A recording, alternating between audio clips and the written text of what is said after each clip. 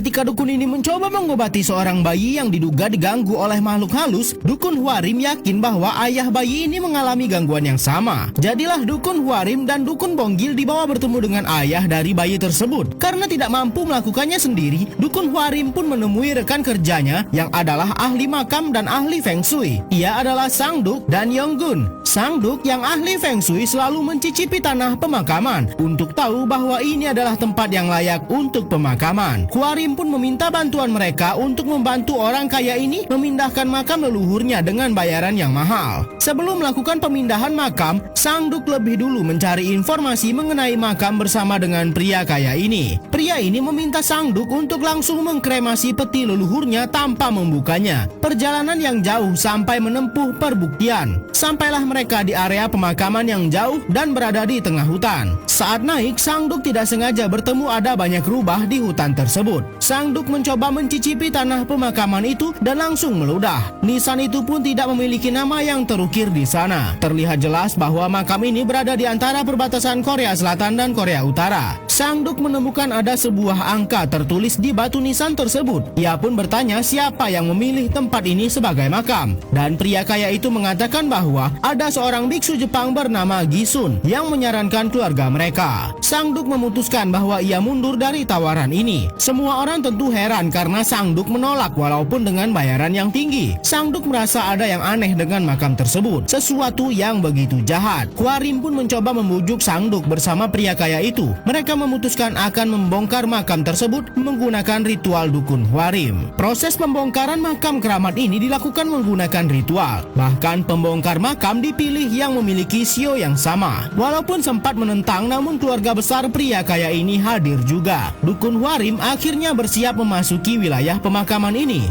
Ia bersiap dengan bendera-benderanya dan memilih beberapa senjata yang disiapkan. Ketika ahli makam memberi aba-aba, barulah Bonggil akan menabuh drumnya untuk memulai ritual tersebut. Sambil menyanyikan sebuah mantra, dukun Huarim akan berjoget mendalami mantra yang dinyanyikannya. Sampai semakin lama semakin cepat dukun Huarim bergoyang. Ia juga membuat beberapa atraksi menggunakan benda tajam dan kemudian memasukkan tangannya ke dalam api untuk mencorengkan mukanya dengan arang. Begitulah kemudian pria kaya itu akan memukul-mukul makam tersebut sambil berkata, "Biarkan kami masuk." Setelah itu para pembongkar makam akan membuka makam tersebut bersama-sama. Namun dukun Huarim tidak berhenti melakukan ritualnya. Semakin menggila hal yang dilakukan dukun Huarim. Akhirnya makam pun berhasil terbongkar dan mereka menemukan peti yang terkubur. Barulah ritual dukun Huarim dihentikan. Ketika Sang Duk bersama Yonggun masuk ke dalam, mereka takjub melihat peti milik leluhur pria kaya ini, karena ini adalah peti yang biasa digunakan anggota kerajaan di zaman dulu. Setelah semua selesai, salah satu pria pembongkar makam tidak sengaja mengganggu seekor ular.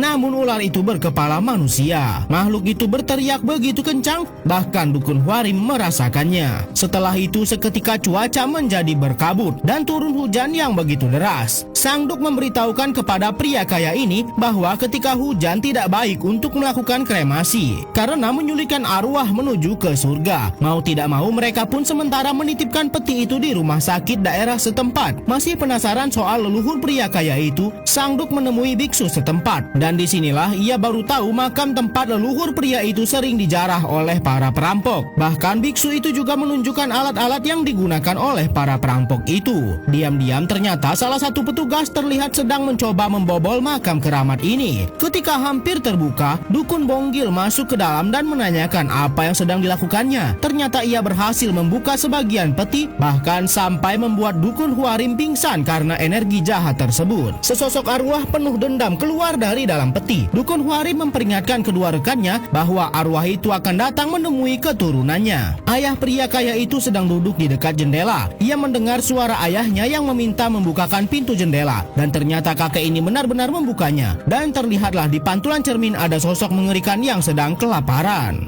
Kakek pria kaya ini diambil jantungnya untuk menjadi tumbal. Anak perempuan ini tidak menyadari apapun yang terjadi di kamar ayahnya. Dukun Huarim akan melakukan ritual kembali membawa arwah tersebut kembali ke tempatnya. Di dalam kamar tempat peti itu berada, dukun Bonggil lah yang akan menjadi media rasuk ketika arwah tersebut berhasil dipanggil. Dukun Huarim bernyanyi rapalan manteranya, sedangkan Sang Duk harus segera menemui cucu arwah itu untuk memperingatinya. Bonggil harus diikat karena takut akan bertindak gegabah ketika dirasuki arwah tersebut. tersebut. Sampai akhirnya Bonggil tiba-tiba menjatuhkan alat ritualnya. Kemudian ia nyaris akan menyerang dukun Huarim yang berada di depannya. Arwah itu ternyata bersikeras akan membawa keturunan laki-lakinya. Namun belum sempat dukun Huarim menahannya, Bonggil sudah muntah air yang banyak karena arwah itu keluar dari tubuhnya. Di tempat pria kaya ini, Sang Duk menelponnya. Namun anehnya di luar kamarnya juga ada suara Sang Duk yang memintanya untuk membukakan pintu. Pria kaya ini mulai ketakutan karena penelpon itu memintanya untuk membuka jendela dan tidak membuka pintu tersebut. Pria ini tiba-tiba melakukan hal aneh seperti dirinya adalah tentara, karena sebelumnya ia gegabah membuka jendela yang diperintahkan arwah kakeknya yang berpura-pura menjadi Sang Duk. Pria ini tiba-tiba saja memuntahkan banyak sekali cairan hitam. Ia juga tiba-tiba memutar lehernya dan berkata rubah memotong pinggang harimau. Sampai kemudian badannya dihentakkan sampai kepalanya membenturkan meja. Di jendela, Sang Duk melihat ada sosok pria tua di sana. Arwah itu akan bergerak ke keturunan selanjutnya, yang adalah anak pria kaya itu. Mereka kini harus segera mengkremasi peti itu walaupun hari hujan. Namun Sang Duk tidak bisa langsung bertindak tanpa seizin dari keluarga pria kaya tersebut. Sang Duk segera menelpon bibi dari pria kaya itu untuk meminta izinnya, karena kini arwah itu sudah berada tepat di depan bayi malang ini. Lama bernegosiasi, akhirnya Sang Duk mendapatkan izin untuk mereka segera membakar peti keramat tersebut. Untunglah bayi itu selamat sebelum arwah leluhurnya membawanya. Sang Duk mendapat kabar salah satu penggali makam sudah sakit berhari-hari. Pria inilah yang sebelumnya tidak sengaja menyakiti seekor ular berkepala manusia. Ia meminta Sang Duk untuk pergi kembali ke makam itu agar menguburkan ular itu dengan layak.